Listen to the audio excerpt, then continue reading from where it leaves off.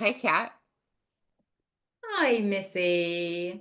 You know what? I'm really glad we had a giggle before we hit record. No, it's sorted us out, hasn't it? Otherwise, we might have been very, very, very grinchy. It's possible. I was talking about the Grinch with my son. He's like, have you seen that movie? And I was like, no. He's like, you've never seen the live action Grinch? And I was like, no, because the Grinch freaks me out and scares me from my childhood. I have a fear of the Grinch.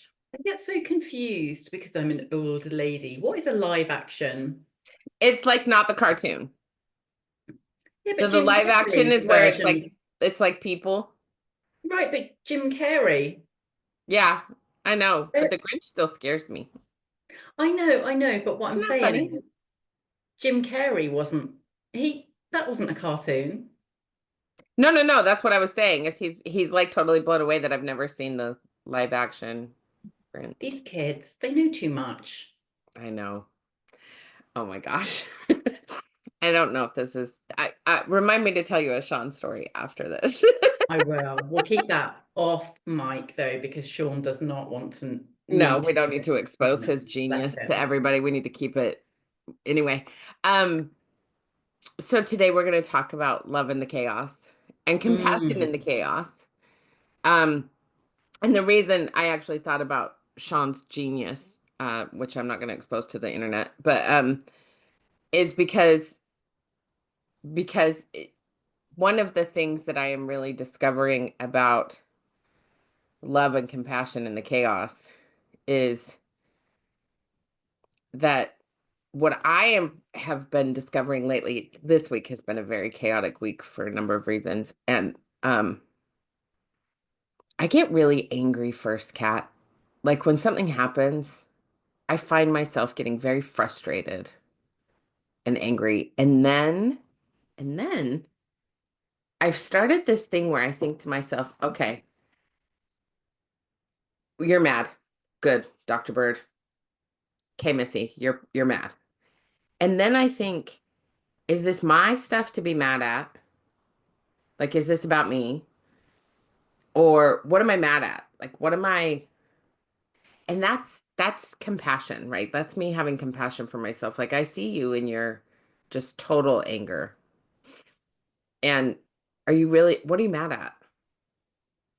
And I don't know if you've had that experience, but I've really been experiencing that recently because I don't really love I grew up in a pretty violent household. So like I don't love my anger because it scares me a lot. And I don't love that that's my default and that's something I've been really trying to think about. And so in order to be like a little more kind to my heart and a little more tender with my soul, I'm like, okay, do you have a reason to be mad or you just is this just the default that you learned as a kid to be like violently angry at other things? So I'm going to jump in right there with my armchair pop psychology hat on. As you know, I love a bit of that.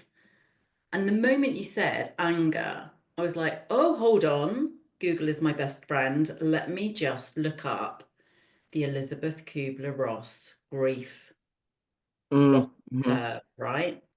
And so as you were speaking, I anger is the second set of emotions that kick in after shock Yep. and denial. And I relate to what you say. I want to offer you. I don't think it's a you thing. I think it's a we thing. Otherwise, Kubler-Ross Sure. wouldn't have documented it as being a kind of universal phenomenon. Mm-hmm. I wonder if we get angry because we spend so much time convincing ourselves that we control our worlds. Oh, yes. And so Oh, the anger yes. derives from a sense of impotence and injustice, and this wasn't supposed to happen. Well, and unresolved grief, right? Like we all carry grief with us if we've I mean, I say a lot to like my clients and people I work with, like if you've lived past the age of 5, you're grieving something. You're grieving the loss of something. We've all experienced grief if we've, grown up. Like you and I are talking as middle-aged women, right? We're loaded with grief. We're like shoved in it. And I think that's why this idea of love in chaos, like love in the time of chaos, is so important because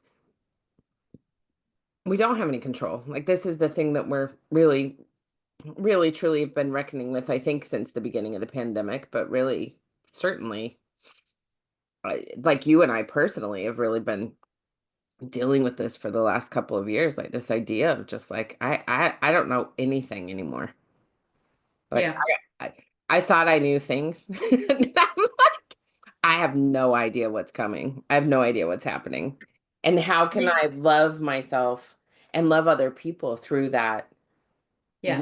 lack of knowing, like through the unknown? Like how do we really acknowledge that we really don't know what's coming? Yeah. It's a really interesting thing, isn't it? Look, we're recording this the week that um, California is on fire. Oh yeah, and they just caught somebody setting a fire. Mark Zuckerberg has rode back on the oversight that he allegedly introduced, because I'm not even convinced, I think that was such light touch to begin with, but that was allegedly introduced to limit the worst depravities from being shared on his social media platforms. If I am not mistaken, I think today is the day that your soon to be uh, president is in court in New York to find out what, oh God, what's happening with him today? He's appearing remotely as the sentencing in the hush money trial gets underway. Hmm. What Not else? to mention that he's talking about invading Greenland and Panama, Yeah. And I have just despite the started. fact that the headlines are saying it's just a U.S. expansion. It's an expansion. I'm all, no, that's called an invasion. Yeah. I have just started reading the newly published World Economic Forum Future of Jobs Report 2025, which seems to have prioritized AI and big tech skills over and above the environmental sciences. And as I've just commented on LinkedIn, it's surprising to me that AI would be prioritized over and above the environmental crisis because there will be no big tech once we have extincted ourselves as a species.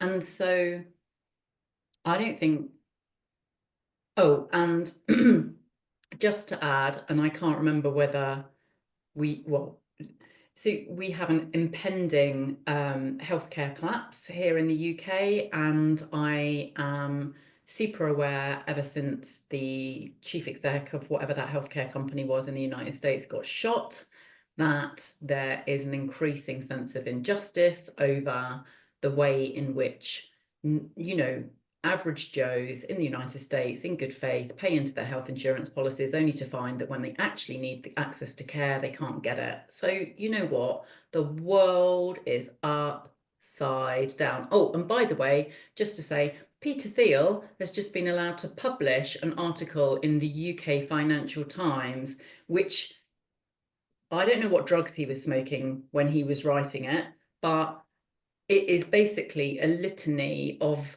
his opinion that all the conspiracy theories over the last 60 years that you ever dreamt of are actually all true. And the mass awakening is that the internet won and the liberals failed. I mean, it is like absolute freaking cloud cuckoo land. And in the meantime, we are navigating our own personal lives, right? Like Mm. you're just listing something that happened this week. like, Mhm. like in the meantime, we are navigating our own work, our own health, our own the humans that are in our lives, Yep. friends and family, and like our own transitions. Um, groceries, And I don't transportation. actually, I'm not sure now that I know anybody whose life is plain sailing. Well, I literally don't. yeah. And I actually said to a friend of mine, I was on the phone with a friend of mine who I've known my whole life. I actually said to my friend the other day, I was like, dude, do you think this is how people felt in the 30s, like the 1930s? Mm. I really wonder if this is how people felt in the 1930s. And this, I think, is where the compassion and the love comes in because, I've been looking for these little seeds of hope, right? Like I've been looking for these moments every day that just feel that just give me a little bit of hope to carry on, right? And it's like little things like the sun rose. So it's been really rainy and cloudy here because I live in Oregon. Of course, it's rainy and cloudy. It's always raining and cloudy in the winter. And the sun, like the storm went away. We'd had like 6 weeks of cloud cover, and I got to see the sunrise. Like I walked by my window to go get coffee cups, and I looked out the window and the sun was rising and it was pink. It was like sherbet colors, right? It was like pink and orange and yellow and oh my God, it was so beautiful. And I just stood there in awe and thought, wow, that is a sunrise. Like that. And my teenage daughter came up to say goodbye. And I was like, Gwenny, look out the window. And she's like, oh my gosh, that's so beautiful. And it's like those little tiny moments, right? Where I'm like, oh, I'm still here. I'm still breathing. There's still a sunrise, right? Like I wonder, I wonder how much more we're going to start looking at the little things and how much more important those little daily a really great cup of tea, like a random text from a friend you haven't seen in a while. Like how often are those little nuggets of love going to become more and more present and important? And Don't they how can say, we isn't it a own new them and thing? recognize them as little acts of compassion and love? So they're called glimmers, aren't they? And they are the Mm, antidote to triggers. mm, That's this mhm, new kind of, newfangled thing, this newfangled 2024 thing. So I see you, I hear you, and I raise you, and I know that I am gonna set you on fire right now. So this morning I got up. It's really cold here in the UK at the moment, and I got up and I took my dog for a walk into the woods. mhm. And it's really crunchy, really crisp, Yes. really cold. Mhm, And the woods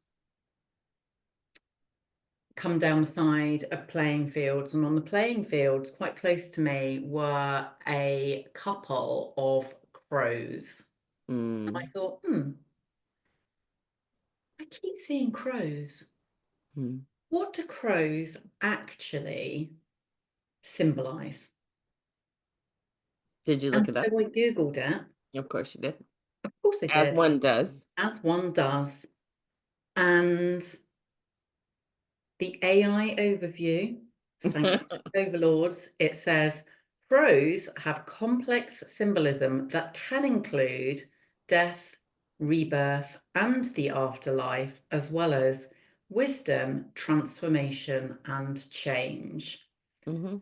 And I don't appreciate, for the most part, the tech overlords, but I did appreciate that little synopsis this morning. I literally have the tattoo of the labyrinth that is life, death, rebirth. Because, and I'm really glad you said that. And you're right, it does light me on fire. Because I I think this is for sure this is what I have realized.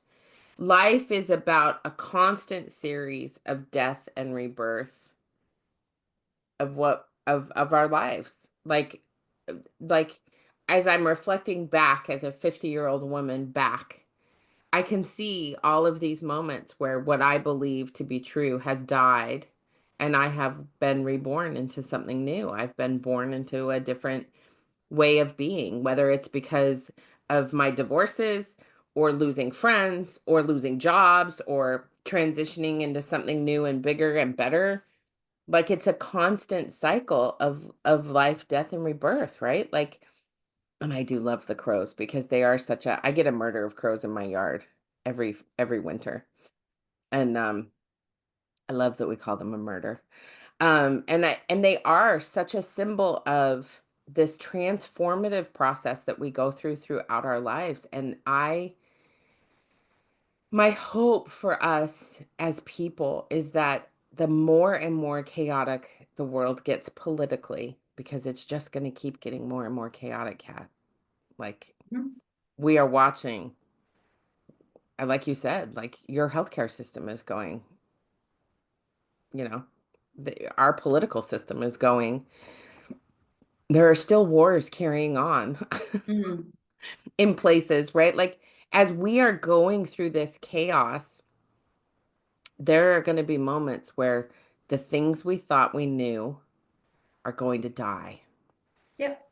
And we're going to be born to new ideas and new ways of thinking. I was listening to Hillary's book because I do love me some Hillary.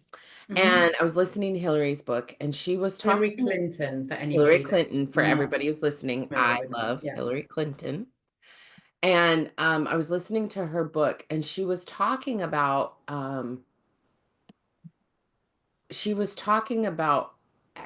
being with people who don't agree with you. Like being in community with people who don't think or act like you do.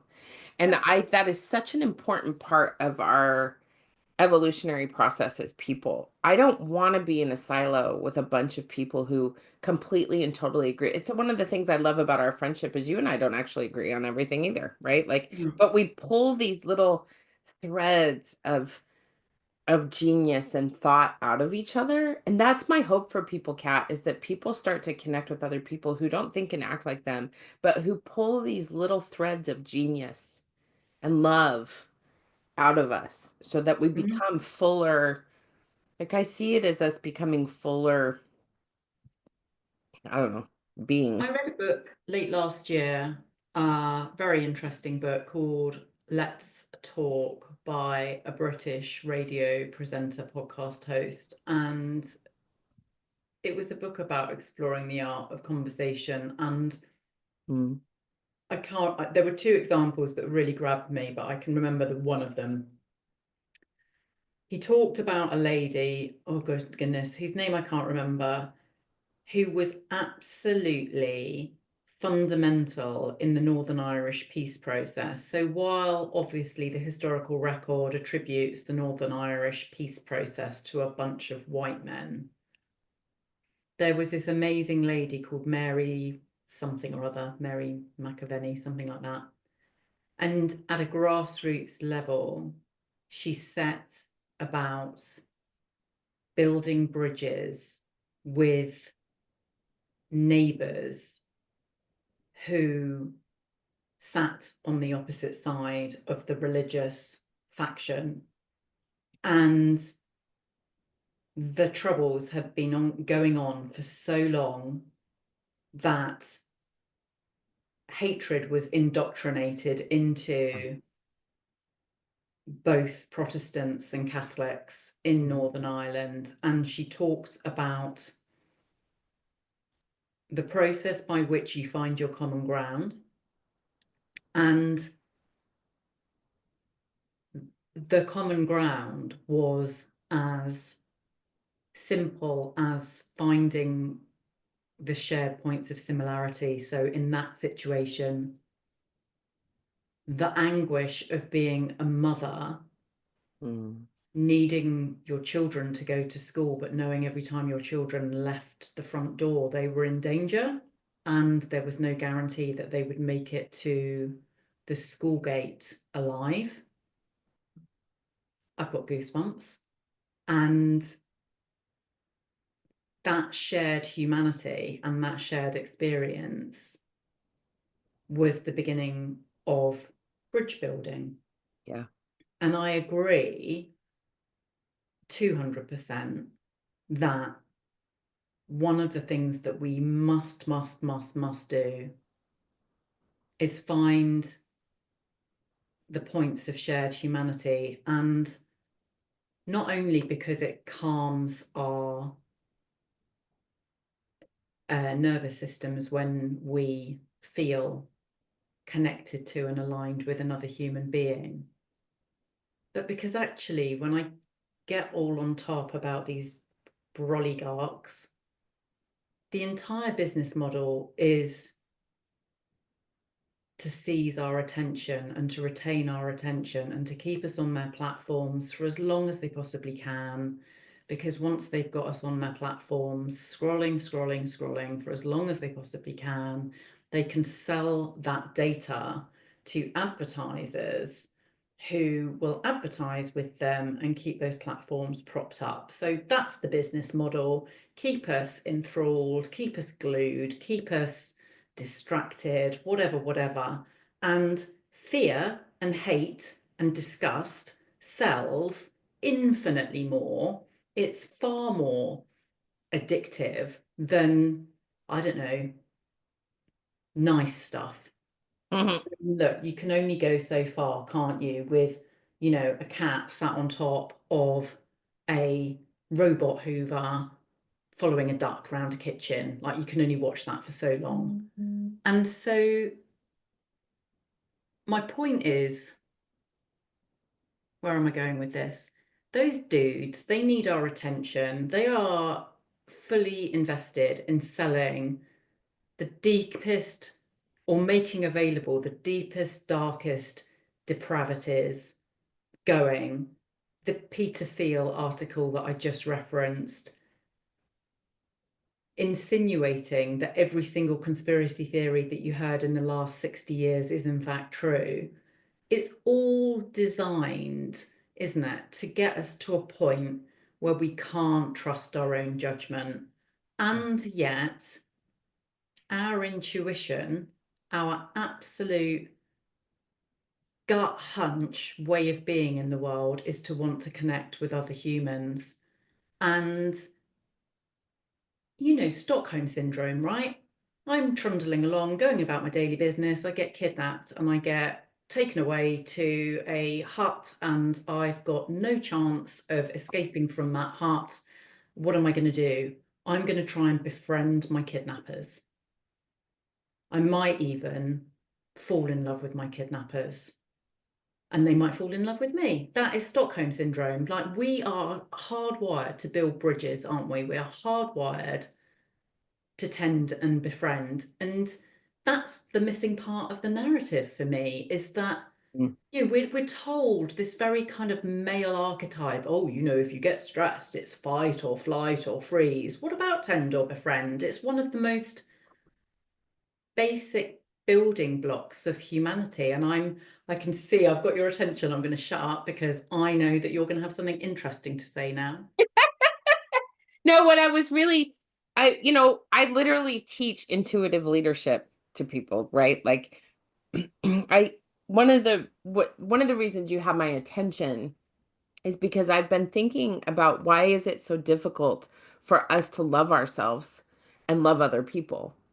Like, why has it become so complicated and difficult? This is something that I was really wrestling with right after the presidential election, right? Everybody's like, well, the answer is love, the answer is love, the answer is love. And from the Christian perspective, it's love thy neighbor as thyself. Well, what if I don't love myself? Like, what if I have a really hard time having compassion for myself? How the hell am I supposed to have compassion for other people?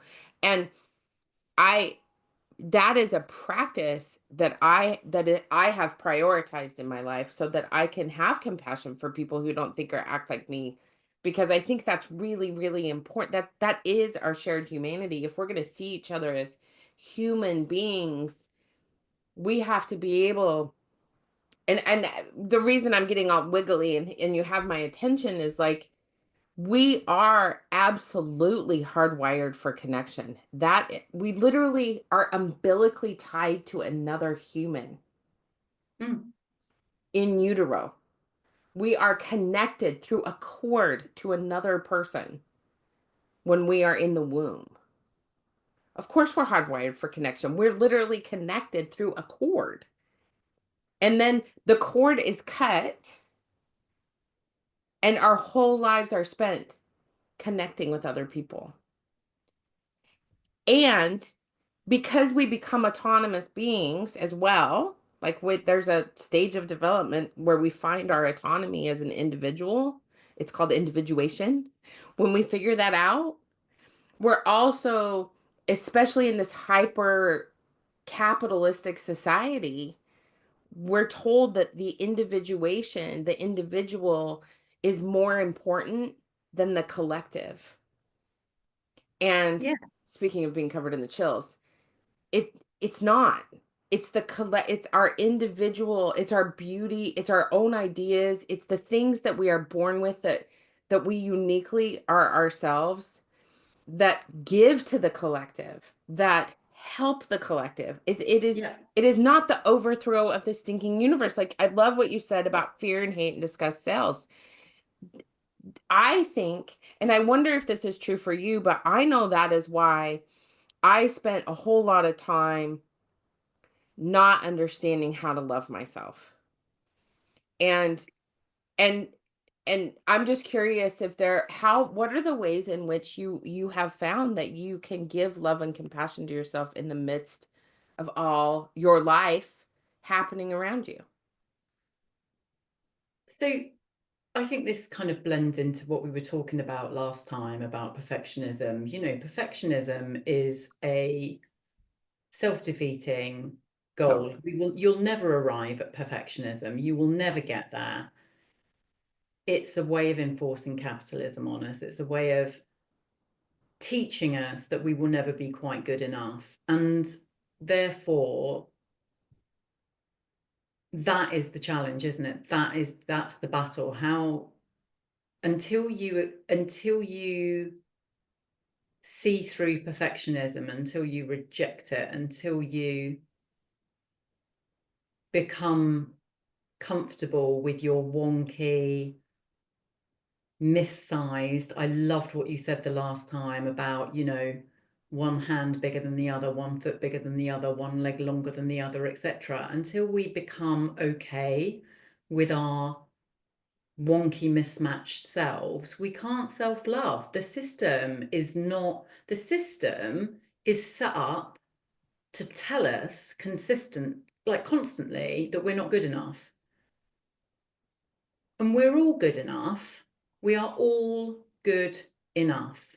And once we make peace with ourselves, and I fully get that that is much easier said than done and not the most straightforward thing in the world. But, if you are willing to do the work, I think you can arrive at a point of calm and inner peace where today was today was okay. Today was good enough. And And I you, and from there, it is possible then to see the other and to appreciate the other. I think there's so much tied up in this. I mean, who has the time or space? And when you were talking about the 1930s, and was this what people felt like in the 1930s?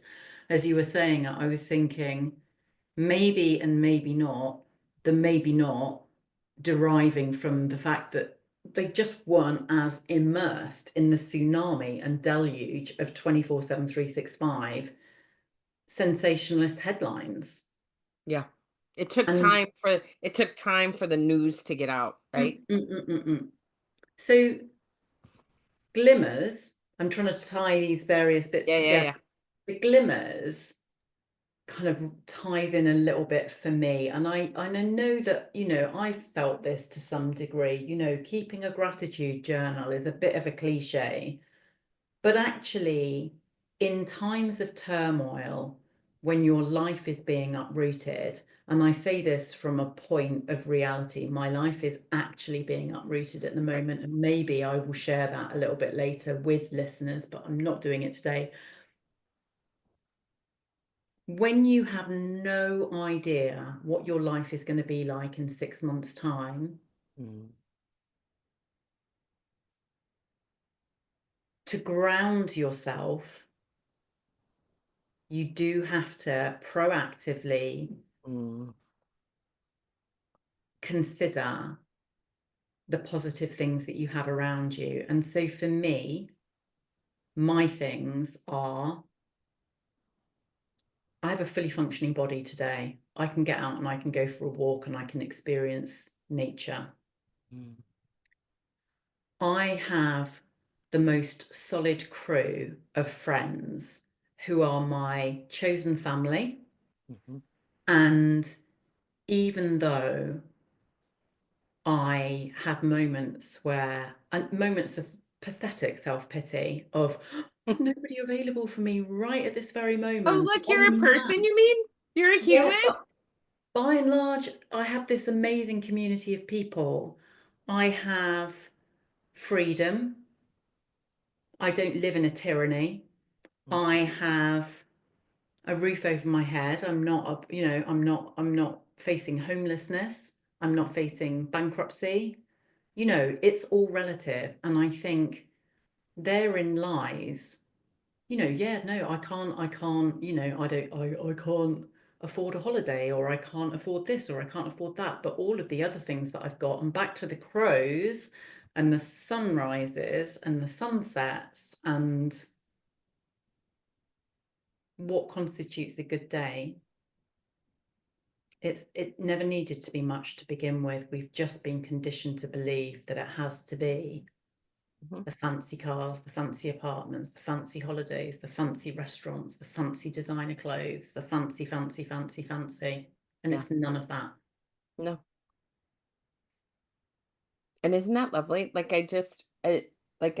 just, I love what you said about becoming okay with our wonky, mismatched selves. And I'm going to steal that and I'm going to write about it in my love note today because I love that. So like we are wonky and mismatched and and that's what makes us all lovely people, right? Like I feel like what makes us lovely is that we're wonky and mismatched. Yeah, and interesting, actually, Yeah. because who the hell wants to sit next to somebody at a dinner party who's only ever led a charmed life? Like, I'm in for all the grit and the stories about how people overcame difficult circumstances, because that's what makes us real. That's what makes a life well lived. Well, and I've sat in those tables with people who've lived charmed lives and they actually have not. Like that charm is a veneer.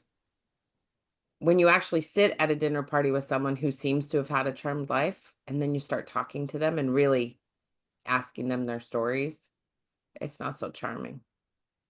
It never is. Mm-mm. No, because we're all living. Um, well, I hope people walk away from this conversation thinking about those little moments, just the little, like you said, the little glimmers, right? Yeah, look for birds, man. Birds Look are for so birds. interesting. Love the birds. Once you start noticing them, you can't stop noticing them. Mm. Whether they're tits or finches or crows or magpies or sparrows or Listen, whatever. when I was at your house, there was a little red robin that was following me everywhere. She was delightful. I've had a robin following me. I think there's ancient stuff going on there that we Mhm, just don't know about. mhm. Thank you so much, Kat. I will see you next time. Talk to you soon.